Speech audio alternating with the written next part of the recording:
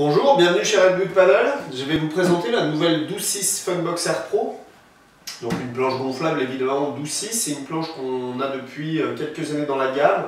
Elle n'a pas beaucoup évolué pendant ces 2 dernières années. On a décidé cette année de lui apporter un peu de plus-value et surtout une nouvelle taille. Donc elle existait en 12.6 par 29, par 6 d'épaisseur évidemment. 12.6 par 29, donc une planche très confortable qui fonctionne bien dans le clapot, qui fonctionne bien quand les conditions sont un peu choppy, avec un peu de vent, voilà, ou des gabarits lourds. Mais on avait de la demande aussi sur une planche un peu plus étroite pour vraiment être en recharge de vitesse. Donc voilà, vous avez sous les yeux la 27,5, donc toujours la 29, la 27,5. Donc la 27,5 elle va être pour des gabarits jusqu'à 85 kg, mais pour une optique vraiment de recharge de vitesse, donc une planche qui est moins stable évidemment.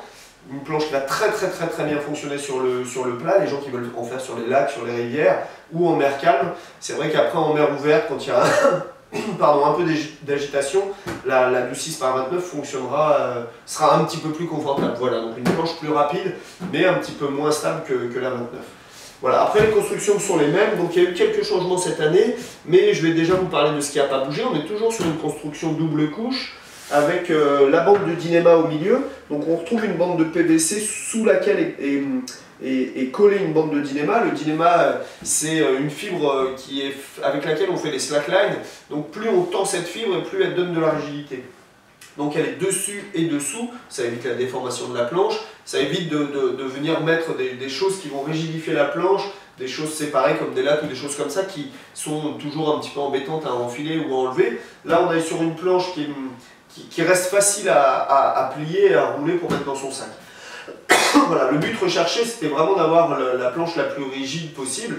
Donc là on est arrivé à quelque chose de vraiment top avec cette construction. Donc on a fait le choix cette année d'enlever la poignée centrale et privilégier les poignées latérales. Ça évite en fait quand on lève la planche en plein milieu que la planche ne colle à l'eau. Donc c'est vrai que c'est plus confortable d'avoir les poignées latérales. Après le gros travail sur ces planches de race qui n'a pas du tout été modifié cette année puisqu'on est vraiment content de ce qu'on arrive à faire sur cette construction là, c'est le nose de la planche. Donc là on se rapproche complètement d'une planche rigide. On n'a pas du tout un nez bas-bouche qu'on va retrouver sur d'autres marques. On a un nez, vous le voyez, qui est vraiment effilé sur le dessus et sur le dessous, avec une vraie forme de planche de race. On n'a pas du tout une planche voilà, bas-bouche qui a tendance à prendre le vent et à freiner. Donc on est vraiment sur une construction travaillée qui est vraiment super bien, qui est très haut de gamme. Voilà, donc après on retrouve toujours le boîtier en US Box, ce qui permet de monter n'importe quel aileron. D'origine il est monté avec cet aileron plastique injecté de fibre, donc très bien. Mais on peut, si on veut améliorer les capacités de la planche, la monter avec un aileron encore supérieur comme le Stinger qu'on vend sur notre site. Donc après la deuxième nouveauté c'est le Reining Tail qu'on a rajouté sur la planche. Alors à quoi ça sert? Ça sert à plusieurs choses. Concrètement, la chose principale, c'est d'avoir plus de rails, avoir vraiment un rail fin sur l'arrière de la planche, ce qui va permettre deux choses.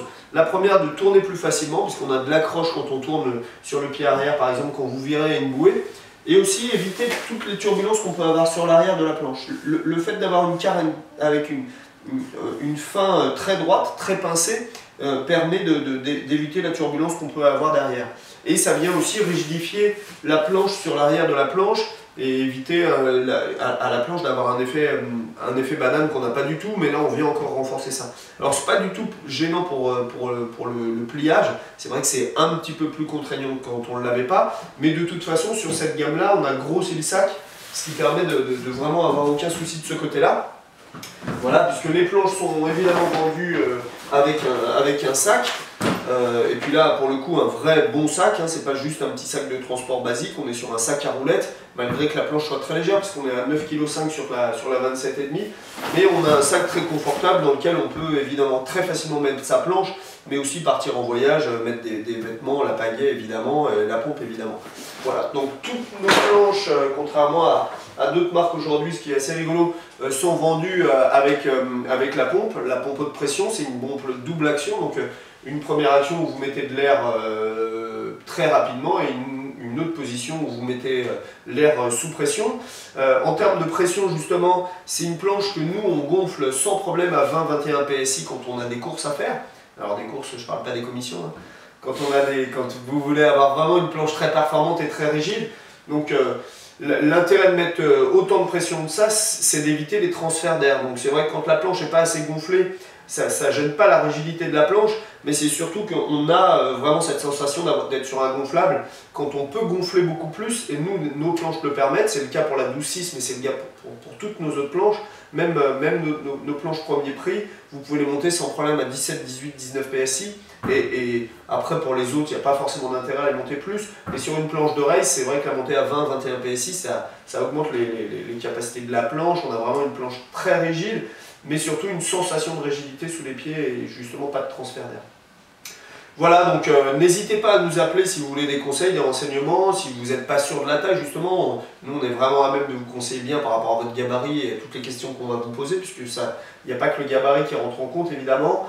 Donc voilà, cette année la gamme s'est élargie, la planche a pris quelques petits plus et le prix n'a pas bougé puisqu'on est toujours à 699 €. Je me répète, avec un vrai sac à roulettes, un bon sac, un truc avec lequel vous allez pouvoir voyager, une vraie pompe de qualité qui est vendue avec évidemment un aileron en US box, c'est pas un aileron à glissière, donc c'est vraiment une différence sur une planche de race. Vous pouvez vraiment mettre un autre aileron et avoir un aileron de qualité supérieure pour augmenter les qualités de la planche. Voilà, donc une belle construction, vraiment jolie, on est encore très contents et très fiers d'avoir fait cette planche cette année et j'espère que ce sera partagé comme les années précédentes.